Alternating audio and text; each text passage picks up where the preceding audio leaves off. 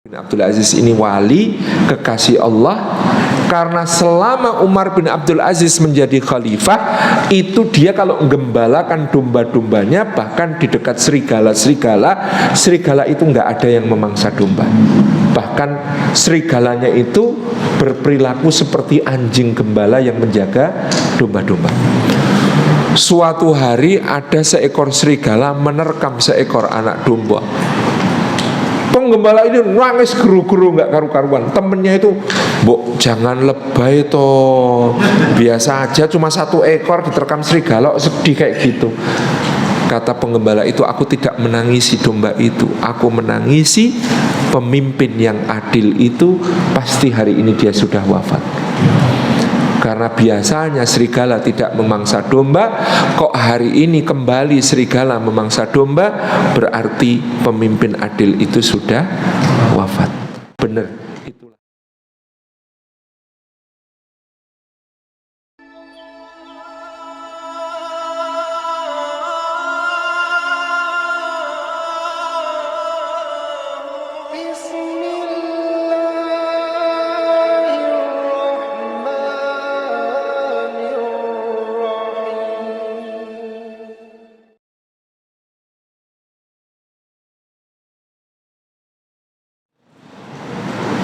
Tambah-tambah maslahatnya.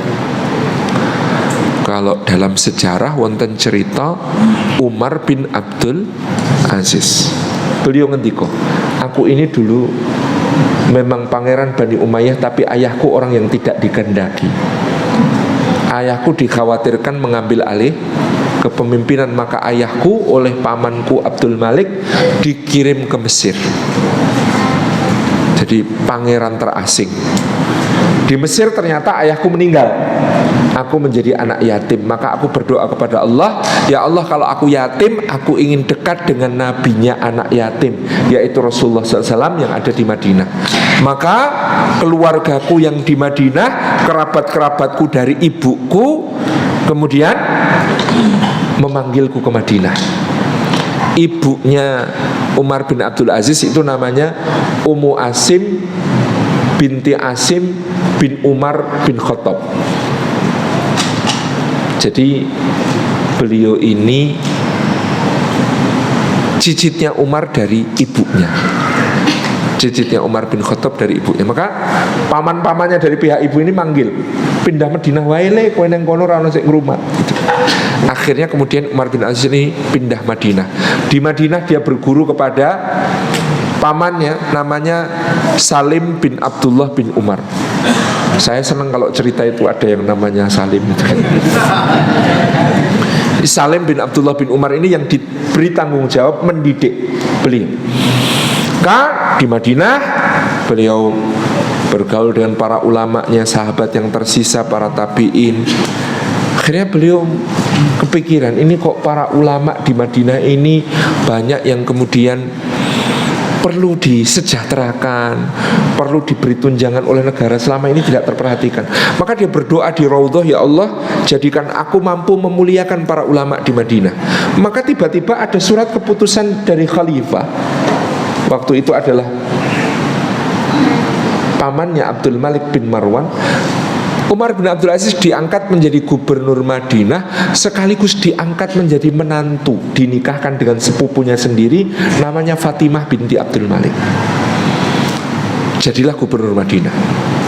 Kemudian bapak mertuanya ini wafat, digantikan oleh kakak iparnya, namanya Walid bin Abdul Malik. Ketika Walid bin Abdul Malik jadi khalifah, ada seorang tokoh namanya Al-Hajjaj bin Yusuf As-Saqafi menjadi gubernur Irak.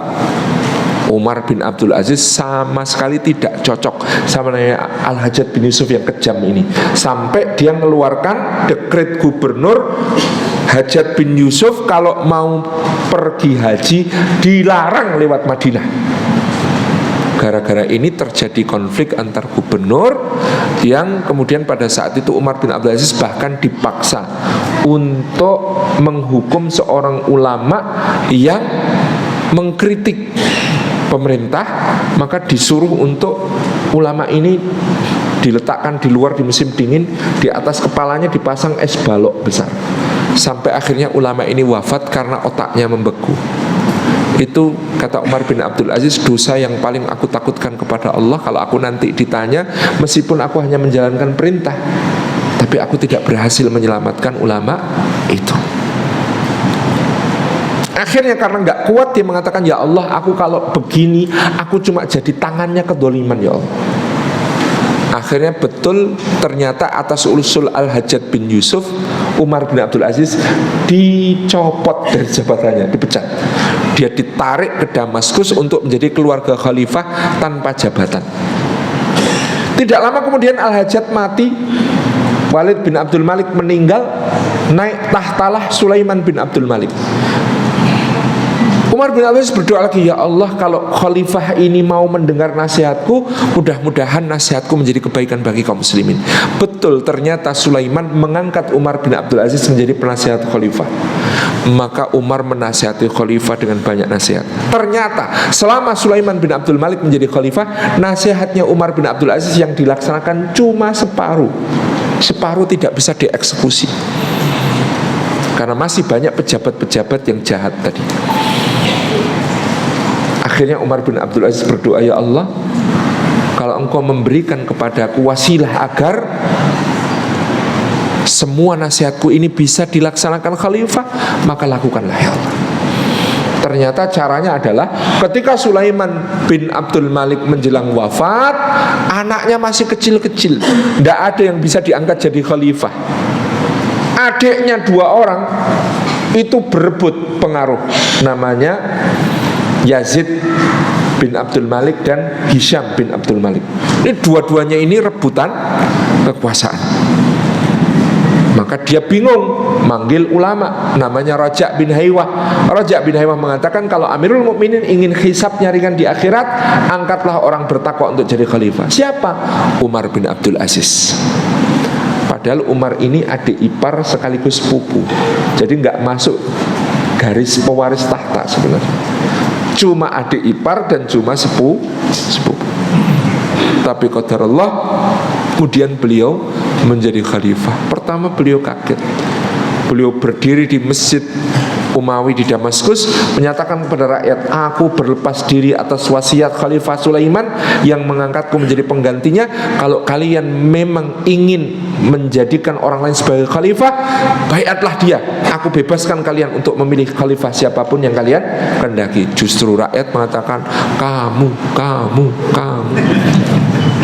kami menghendaki kamu. Lalu dia dibaiat hari itu. 2,5 tahun beliau menjadi khalifah, memerintah dengan adil, sampai pada waktu itu tidak ada orang yang mau menerima zakat di masa pemerintahan beliau. Bukan semua orang tiba-tiba menjadi kaya, Pak, tapi semua orang merasa terhormat dengan keimanannya, merasa orang lain lebih membutuhkan daripada dirinya, saking berkahnya. Ada seorang gembala menyadari Umar bin Abdul Aziz ini wali, kekasih Allah. Karena selama Umar bin Abdul Aziz menjadi khalifah, itu dia kalau gembalakan domba-dombanya, bahkan di dekat serigala itu nggak ada yang memangsa domba. Bahkan serigalanya itu berperilaku seperti anjing gembala yang menjaga domba-domba. Suatu hari ada seekor serigala menerkam seekor anak domba. Penggembala ini nangis geru-geru nggak karu-karuan. Temennya itu, "Mbok, jangan lebay toh.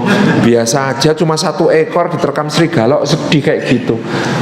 Kata penggembala itu, "Aku tidak menangisi domba itu. Aku menangisi pemimpin yang adil itu.